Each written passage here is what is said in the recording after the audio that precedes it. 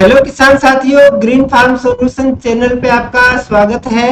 मैं फूलचंद वर्मा हाजिर हूँ आपके सामने एक नया वीडियो लेके। मिट्टी जनित रोगों से हम कैसे मुक्ति पाएं, ये सभी किसानों के लिए है। आप ग्रीन हाउस पॉली हाउस की खेती करते हैं, आप ओपन फील्ड में सब्जियों की खेती करते हैं, आप बाग बगीचे की खेती करते हैं, तो वहां पे भी आपको मिट्टी जनित रोगों से परेशानी आती होगी।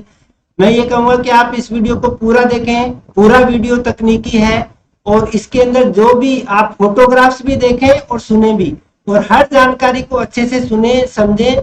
सभी के लिए ये वीडियो बहुत महत्वपूर्ण है, तो आप अंत तक इस वीडियो में जुड़े रहिएगा मेरे साथ में, और एक एक तकनीकी चीज फोटोग्राफ्स देखना है और साथ में इसको समझिएगा सुनिएगा। फिर भी कुछ समझ में नहीं आता है, हम आपके साथ में हैं। क्यों हमको करना चाहिए केमिकल स्टरलाइजेशन, सोइल स्टरलाइजेशन पे ऑलरेडी मेरा वीडियो डला हुआ है, वो समय जा चुका है। और कभी कभी ऐसी परिस्थितियां होती है कि हम सोइल स्टरलाइजेशन नहीं कर पाते हैं, तो हमको फिर केमिकल से करना पड़ता है। निमेटोड, फंजाई, बैक्टीरिया, वायरस, कीड़ों के अंडे प्यूपा, खरपतवारों के बीज, अन्य बहुत सारे भूमि जनित जो रोग हैं उनके लिए हमको करना चाहिए। जड़ गांठ निमेटोड मैं कहूंगा बहुत भयंकर रूप से फैला हुआ है हमारे सबके। ये आप देख रहे हैं कितने सारे फोटो हैं, सब के अंदर आपको दिखाई दे रहा है। इससे भी बचने के लिए हमको जो है वो रासायनिक निर्जमीकरण या स्टरलाइजेशन जिसको हम कहते हैं, ये करना चाहिए। एक रिक्वेस्ट मैं आपसे ये भी करूंगा कि यहाँ पे आप देखने के सुनने के साथ देखें भी, क्योंकि मेरी जो फोटो है ना वो भी बोलती है मेरी तरह, वो भी पूरी टेक्निकल है, तकनीकी है।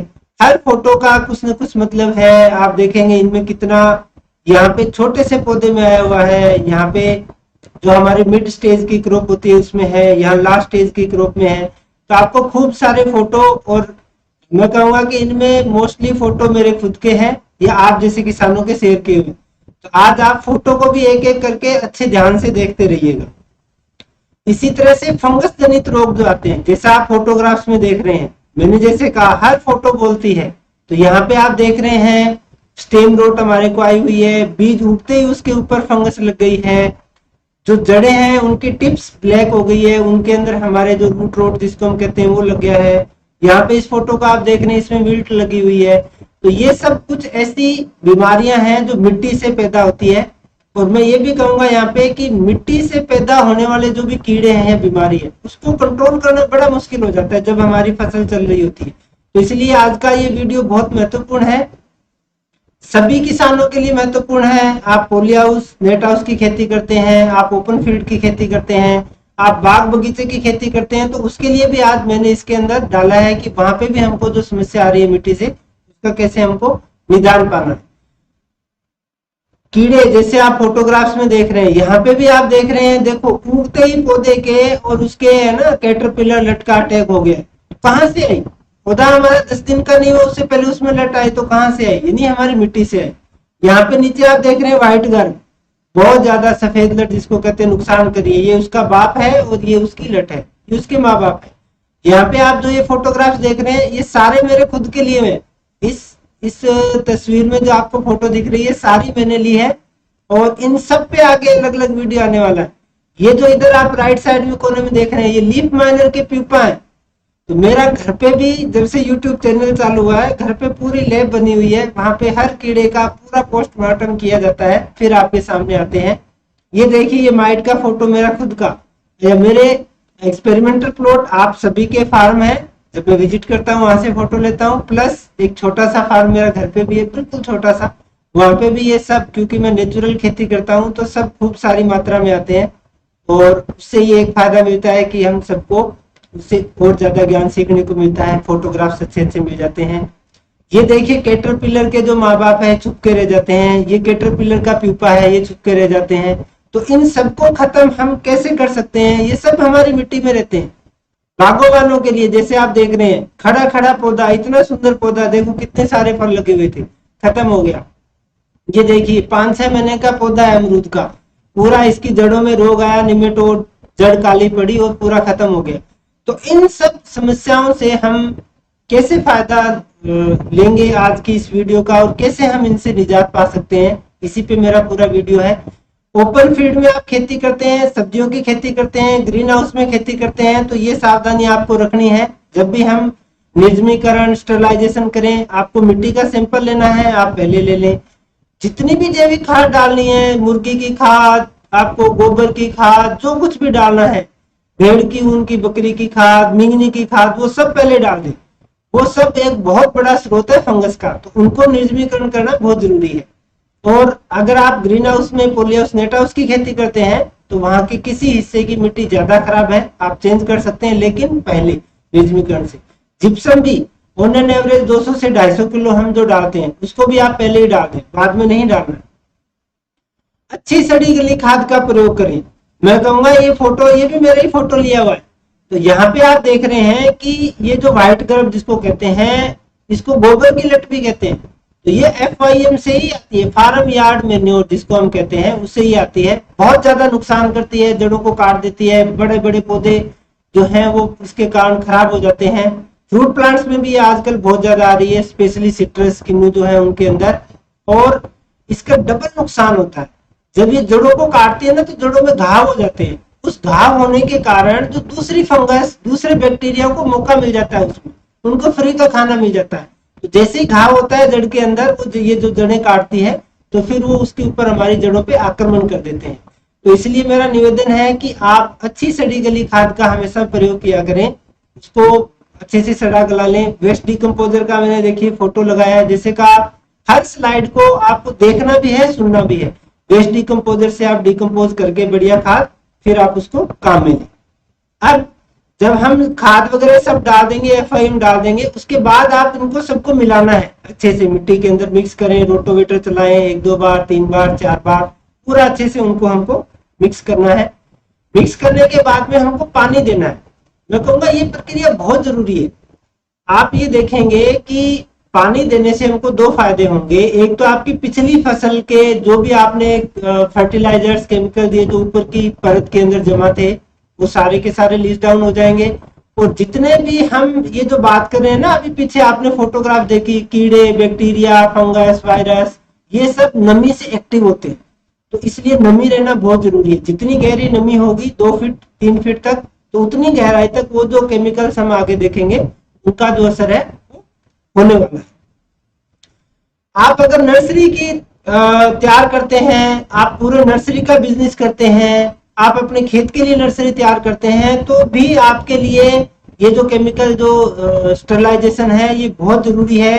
जैसे आप देख रहे हैं यहाँ पे इन्होंने नर्सरी तैयार की है, और मैं कहूंगा नर्सरी का बीज जो अपने आजकल सब्जियों का बीज 40-50 हजार रुपए किलो से तो कम शायद कोई है ही नहीं। तो आप ये देख रहे हैं ऐसी समस्या, जैसे ही लगाते हैं तुरंत जड़ें, तना काला पड़ गया, जड़ों के पास से डंपिंग ऑफ आ गई, फुट रोट आ गई। इन सब से अगर छुटकारा पाना है तो हमको हमारी मिट्टी को स्टरलाइज करना पड़ेगा, और उसका मैं आपको आज पूरा का पूरा जो है मेथड बताने वाला। अब हम सबसे पहले नर्सरी की बात कर लेते हैं। नर्सरी को अगर हमको निर्जमीकरण करना हो तो कैसे करेंगे। 4 तरह के मैंने यहाँ पे जो केमिकल हैं वो दिए हैं, एक एक का मैं आपको समझा देता हूँ अच्छे से। बाद में आपके फीडबैक आते हैं, सर ये कैसे था, डॉक्टर साहब ये कैसे था, आप समझ लीजिए। H2O2 nano silver, hydrogen peroxide silver content बोलते हैं जिसको, 100 वर्ग मीटर में 3 लीटर लगेगा, और ये जैविक प्रोडक्ट है। आगे इसकी मैं आपको और जानकारी दूंगा। फॉर्मलिन या फॉर्मल्डिहाइड थोड़ा पुराना हो गया है लेकिन अभी भी कारगर है। आप सस्ते में काम करना चाहते हैं तो इसको आप यूज कर सकते हैं। 100 वर्ग मीटर में 7.5 लीटर लगेगा। पॉलीथीन सीट इसके ऊपर हमको 10 दिन बिछा के रखनी पड़ेगी। मेटम सोडियम, ये थोड़ा नया केमिकल है, इसको आप यूज करें, आजकल काफी ज्यादा किसान इसको यूज कर रहे हैं। लगभग 4 लीटर इसकी मात्रा जो है हम यूज करेंगे। सोडियम टेट्राथायोकार्बोनेट, ये भी नया केमिकल है, अलग अलग नामों से आपको मार्केट में मिल जाएगा। इसकी भी लगभग 4 लीटर जो है हमको क्वांटिटी चाहिए। नीचे के जो आपने तीनों प्रोडक्ट देखे हैं, इसमें हमको सीट से कवर करके रखना जरूरी है, ये आप समझ लीजिए। मैं आगे और भी इसको बताऊंगा। अभी क्योंकि ग्रीन हाउस पॉली हाउस वाले कहेंगे साहब हमारे लिए कितनी डोज है, आपके लिए भी डोज बता देते हैं। सेम वही डोज है। हाइड्रोजन पेरोक्साइड 125 से 135 लीटर, और नैनो सिल्वर कंटेंट वाली जो होती है फॉर्मलिन फॉर्मल्डिहाइड वही लगभग 300 लीटर। मेटम सोडियम 160 से 200 लीटर। जनरली 100 लीटर या 100 किलो भी हम यूज कर रहे हैं, लेकिन मैंने इसके काफी सारे मेटम सोडियम पे मैंने रिसर्च की है, काफी सारे पेपर देखे हैं, रिसर्च पेपर देखे हैं, 400 लीटर पर एकड़ तक यूज कर रहे हैं, लेकिन हम इसको 160 से 200 लीटर तक यूज कर सकते हैं। सोडियम टेट्राथायोकार्बोनेट की भी लगभग इतनी सी ही डोज होगी। अब हाइड्रोजन पेरोक्साइड पे मैं थोड़ा सा एम्फेसिस इसलिए दे रहा हूं क्योंकि ऑर्गेनिक प्रोडक्ट है। जैसे ही ये अस्थिर होता है, अनस्टेबल है, जैसे ही ये अगर थोड़ा सा भी हाई टेम्परेचर है इवन, तो मैं तो कहूंगा कि आप इसको ठंड के मौसम में यूज करें। हाई टेम्परेचर में भी ये जो है ये हमारा डिग्रेड हो जाता है, पानी और हाइड्रोजन इसके अलग अलग हो जाते हैं, और थोड़ा सा ही महंगा है, इसलिए हम इसका यूज थोड़ा किसान भाई कम कर रहे हैं, क्योंकि इसमें चांदी मिली हुई है, सिल्वर है ना, सिल्वर एजी, तो चांदी इसमें इसलिए मिलाते हैं कि एक तो इसमें कैटलिस्ट का काम करती है, प्लस इसको स्टेबल करने में हमारी हेल्प करती है। इसलिए इसमें अगर आप H2O2 मैंने नीचे देखो लिखा भी है, सिंपल वाला भी आप ले सकते हैं, मेरे हिसाब से ज्यादा महंगा नहीं आता है ये, आपको 50%, 30% और 3% वाला तो आपको मेडिकल स्टोर पे भी मिल जाएगा, वो भी आप यूज कर सकते हैं। लेकिन यहाँ पे जो मैंने मात्रा लिखी है वो सिल्वर हाइड्रोजन जो पेरोक्साइड है जिसके अंदर सिल्वर मिली हुई है, ये उसकी मात्रा है। तो अगर आप 50% वाला 30 वाला यूज कर रहे हैं तो उनकी डोज थोड़ी सी अलग अलग रहेगी। आप चाहे तो मेरे से चैट बॉक्स में पूछ सकते हैं। पूर्णतः ऑर्गेनिक प्रोडक्ट है, इसका आप खड़ी फसल में भी इस्तेमाल कर सकते हैं, सबसे बेस्ट है ये। और यहाँ पे भी मैं आपको बता दूं, इनके अंदर आपको 10 दिन इंतजार करने की जरूरत है, लेकिन अगर आप H2O2 यूज करते हैं तो नेक्स्ट डे भी आप सीड लगा सकते हैं। आपको नर्सरी तैयार है तो आप पौध लगाना चाहते हैं, ट्रांसप्लांट करना चाहते हैं तो वो कर सकते हैं, ये इसका बेनिफिट है। और जैसे मैंने कहा कि ये थोड़ा हाई टेम्परेचर पे डिग्रेड फास्ट होता है, इसलिए आप इसका जो प्रयोग है दोपहर बाद या शाम के समय करें तो ज्यादा अच्छा है। और हाइड्रोजन पेरोक्साइड आप ड्रेंचिंग में भी इस्तेमाल कर सकते हैं, 2.5 से 3 ml, 2 से 3 ml के बीच में अकॉर्डिंग टू आपकी क्रॉप स्टेज, प्लस उसका स्प्रे भी कर सकते हैं। ये जनरल डिसइंफेक्टेंट है हाइड्रोजन पेरोक्साइड, नैनो सिल्वर वाला, सिल्वर कंटेंट या आजकल नैनो सिल्वर भी बोलते हैं, उसमें नैनो पार्टिकल्स होते हैं, इसलिए तो आप इसका प्रयोग करें। अब आपको मैंने केमिकल बता दिए और इनको कैसे इस्तेमाल करना है। आपको पानी दे दें, पानी देने के बाद में केमिकल का चुनाव कर लें, उसको कितने पानी में मिक्स करना है, लगभग 10 गुना। 1 लीटर आपका केमिकल है तो 10 लीटर उसके अंदर पानी और लगने वाला है, 100 लीटर है तो 1000 लीटर कम से कम पानी उसमें लगने वाला है। तो ये आपको एक गणित ध्यान में रखनी है और उसी के हिसाब से आप उसको मिक्स करके और दे सकते हैं। ग्रीन हाउस में आपके अगर ड्रिप है, जैसा आप यहाँ पे देख रहे हैं ड्रिप बिछी हुई है green house, poly house, net house में, तो आप ड्रिप के द्वारा भी इसको दे सकते हैं। नहीं तो आप, मैं कहूंगा कि अगर वैसे दे रहे हैं तो जैसे जैसे आप देते जाए वैसे वैसे सीड बिछाते जाए। अगर आप ड्रिप से दे रहे हैं ग्रीन हाउस, पॉली हाउस में, तो आप भी इसको बिल्कुल एयर टाइट कर दें और उसके बाद में फिर आप इसको जो है ड्रिप के द्वारा इसको चला दें। आप अगर थोड़ा सा सस्ता समाधान चाहते हैं वो भी है, वो क्या है कि आप अगर चाहें कि मेरी बेड का ही स्टेरिलाइजेशन करें तो इसके अंदर आपकी क्या है क्वांटिटी कम हो जाती है, लगभग आपका 50% केमिकल ही लगता है, हमारे पैसे बच जाते हैं। हालांकि उतना अच्छा तो नहीं होता है स्टेरिलाइजेशन जितना हम पूरे खेत का करते हैं, पूरे पॉली हाउस, नेट हाउस का करते हैं, लेकिन फिर भी ये भी अच्छा है। आपको एक फसल लेनी है तो हम ले सकते हैं और उसके बाद में तो फिर जब गर्मी आ जाएगी तो आप सोइल स्टेबलाइजेशन कर सकते हैं। ओपन फील्ड के किसान भाई भी, अगर आप अच्छी सब्जियां ले रहे हैं ओपन खुले खेत में और आपको बड़ी समस्या आ रही है, तो जैसा इस फोटो में दिखाया गया है, बिना छेद वाली drip poly house, net house में भी, ओपन फील्ड में भी आप अपना पूरा खेत तैयार कर लें, बेसल रोज डाल दें, गोबर की खाद डाल दें, सब कुछ भाई अब हमारा खेत बिल्कुल तैयार है। अब हमको इसमें बीज ही लगाने की हमारी प्रक्रिया जो है वो बाकी रही है, उससे जस्ट पहले आपको ये जो है स्टेरिलाइजेशन करना है और बिना छेद वाली, जैसा आप इस फोटो में देख रहे हैं, ये यूज करनी है क्योंकि इनकी गैस बनती है, इसीलिए इसके अंदर हम इसको सीड से कवर करते हैं। इसीलिए मैंने आपको बताया हाइड्रोजन पेरोक्साइड को छोड़ के बाकी जो तीनों केमिकल हैं उनके अंदर हमको इसको जो कवर करके रखना बहुत जरूरी है, नहीं तो आपका अच्छे से स्टेरिलाइजेशन नहीं होगा। अब फ्रूट प्लांट्स के लिए भी हम आपको बता देते हैं, बहुत समस्या आ रही है, मैंने आपको पीछे भी फोटोग्राफ दिखाए, खड़े खड़े पेड़, बड़े बड़े पेड़ सूख जाते हैं, पता लगता है उसके अंदर समस्या आ गई। कभी कभी साल 6 महीने का पौधा सूख जाता है बीमारी आने से, और अब हम वहां पे अगर नया पौधा लगा रहे हैं तो बड़ी समस्या होती है, कैसे लगाएंगे। अब जैसे नया पौधा लगाएंगे, क्योंकि ऑलरेडी वहां पे बीमारी है उसी जगह पे, और क्योंकि हमारी लाइन से लाइन और पौधे से पौधा एकदम मिलते हैं, तो इसलिए हम वहां पे उस जगह को भी चेंज नहीं कर सकते। वो प्रॉब्लम कोई बात नहीं है, आप उसके अंदर खड्डे के अंदर जो है वो ये जो 4 केमिकल बताए हैं इनका आप स्टरलाइजेशन इनको भी कर सकते हैं, जैसा इस खड्डे को दिखाया गया है। लगभग 3 वर्ग मीटर आप एक खड्डे का जो आइडियल जो है जो उसका एरिया नाप के आप उसके अंदर जो है आप गणित निकाल लें उसके अंदर कि आपका कितना केमिकल बनेगा। इनको भी आपको फिर छोटी छोटी सीट से ढकना जरूरी है, ये आप ध्यान रखें। क्योंकि जैसे मैंने कहा बीच में हमारे 10-20 पौधे खराब हो गए फंगस से या निमेटोड से, तो आप वहां पे नया पौधा लगाने से पहले जैसे मैंने बताया आप इस तरह से उसको निर्जमीकरण करें, मिट्टी को गीला करें और उस उतनी ही सीट काट के उस खड्डे को चारों तरफ से आप कवर कर दें। तो हम इस तरह से भी जो फ्रूट प्लांट्स है उसका हम निर्जमीकरण कर सकते हैं। अब जैसे मैंने कहा आपकी सब तैयारियां हो गई, केमिकल आपने सेलेक्ट कर लिया। जब आपको स्टरलाइजेशन करना हो, ड्रिप से आप दे रहे हैं, आप बेड बना के मल्च से दे रहे हैं, कोई बात नहीं है, बहुत अच्छी बात है। लेकिन अगर आप हाथ से कर रहे हैं तो मैं कहूंगा कि यहाँ पे आपको केमिकल डालने के साथ साथ ही सीट बिछानी है। जैसा मैंने कहा इनकी फ्यूम्स बनती है, अगर वो फ्यूम्स निकल गई तो समझिए कि हमारा जो स्टरलाइजेशन है अच्छा नहीं होगा, पैसा लगा हुआ बर्बाद हो जाएगा।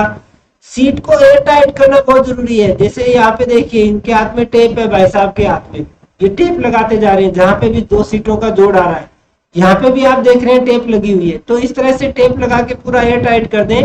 और जितने एरिया में, क्योंकि आपका एरिया अगर बड़ा है, मैं मानता हूं कि एक दिन में पूरा नहीं हो सकता, कोई बात नहीं, आप स्टेप्स में कर सकते हैं। जैसे जैसे आप करते जाएं सीट बिछाते जाएं, ये आपको जरूर ध्यान रखना है। यूं नहीं कि आज हमने केमिकल डाल दिया, आधे में सीट बिछी, आधा खुला रह गया, तो जो खुला रह गया वहां की जो फ्यूम्स बनेगी वो हवा में गायब हो जाएगी, और फिर हम कहेंगे कि डॉक्टर साहब हमने तो सब कुछ आपने बताया था वैसे किया, लेकिन फिर भी हमारे को रिजल्ट नहीं मिला।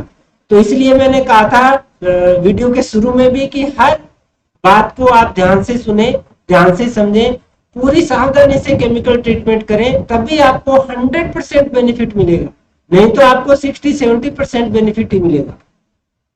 अब इसके अंदर अगर बाद में आपको कोई भी खाद डालनी है, बड़े ही मैंने सोच समझ के ये 7 जो है जैविक जो मैं कहूंगा फफूंदनाशी हैं, ये सभी के सभी कई निमेटिसाइड है इनमें से, इनका प्रयोग जो है गोबर की खाद को तो बाद में काम में लेना ही नहीं है। बाकी जो भी अगर हमको डालना है तो केंचुए की खाद आप डालें और उसको इस तरह से ट्रीट करके डालें। ये इन 7 में से आप 7 डाल सकते हैं। आपके अगर निमेटोड की समस्या नहीं है तो आप बेसिलोमाइसिस 4 नंबर वाले को नहीं डाल सकते हैं। मैं तो कहूंगा आप सबको डालें, बहुत अच्छी बात है। इन सबको डाल के 8-10 दिन रखना है ताकि अच्छे से मल्टीप्लाई हो जाए, और फिर इनको बेड के एकदम ऊपर डालना है। तो ये आप सावधानी रखेंगे तो आपका ये जो खाद है बड़ा बढ़िया तैयार होगा। और आपको क्योंकि जैसे मैंने कहा खाद से जो फंगस आती है वो यहाँ पे नहीं आएगी, और ये बल्कि आपके अगर कुछ फंगस रह भी गई है तो उसको भी मार देगी। तो इस तरह से ये तैयार करके और इसको निर्जमीकरण के बाद डालना है, स्टरलाइजेशन के बाद। मेरे पास में अभी भी कई फोन कॉल ऐसे आ रहे हैं कि साहब कई डॉक्टर्स ने हमको तैयार करवाया, वो डलवा दिया और उसके बाद में ऊपर से हमारे उसमें H2O2 डलवा दिया, तो वो तो ये जो आपने इतना अच्छा सुंदर तैयार किया है तो सारा वेस्ट हो गया, क्योंकि इसमें जो जितनी भी लाभदायक ये फंगस बैक्टीरिया है तो सारे मर जाएंगे। इसलिए जो ट्रीट किया हुआ है, जैविक उपचार जिसका किया हुआ है वर्मी कंपोस्ट का, उसको हमेशा स्टरलाइजेशन के बाद में काम में लेना है। अब ग्रीन हाउस वालों के लिए सावधानियां हैं, क्योंकि बैठे बैठे मन में विचार आ जाते हैं, स्टरलाइजेशन तो कर लिया, बाद में कहते हैं आप अभी इसकी मिट्टी बदल देते हैं। बिल्कुल नहीं, बिल्कुल मिट्टी नहीं बदलनी है। एंट्री रूम जो आपके हैं बहुत गंदगी रहती है, मैंने देखा है, मिट्टी पड़ी रहती है, उसकी सफाई करें, उसका भी स्टरलाइजेशन करें। नहीं तो आपकी सबसे ज्यादा समस्या तो मुझे आपके फीडबैक आते हैं कि साहब किया रिजल्ट नहीं है। इसीलिए नहीं आया क्योंकि वहां जो एंट्री गेट है ना, वहां पे जो फंगस बैक्टीरिया निमेटोड था वो कहाँ जाएगा। वो जैसे ही आपने स्टरलाइजेशन किया, आप चप्पलों से हमारे लग के पैरों से जूतों से वो सारा का सारा वापस आपके खेत में फैल जाएगा। तो इसलिए उनके लिए विशेष सावधानियां हैं। और आपके सुझावों और सवालों का मोस्ट वेलकम। ये पूरी तकनीकी जानकारी थी। मिट्टी को हम केमिकली स्टरलाइज कैसे करें, क्योंकि ऐसे फीडबैक आ रहे थे कि हमें फसल लगानी है अभी सर आप बताएं। मैंने सोचा इसको वीडियो तुरंत में बना देते हैं। खीरे की संपूर्ण खेती का वीडियो लगभग तैयार है। 2-3 दिन के अंदर उसको भी आपके साथ में अपलोड कर देंगे। उसकी भी संपूर्ण जानकारी उसके अंदर आपको मिल जाएगी। तकनीकी चैनल है, आपका अपना चैनल है, इससे जुड़े रहिए और ज्यादा से ज्यादा आप इसको शेयर करें, लाइक करें। सब्सक्राइब बहुत जरूरी है, सब्सक्रिप्शन बढ़ाने भी, तो आप इसको सब्सक्राइब भी जरूर करें और अपने जितने अच्छे किसान हैं उन सबको अपने इस चैनल से जोड़िए। थैंक यू, धन्यवाद।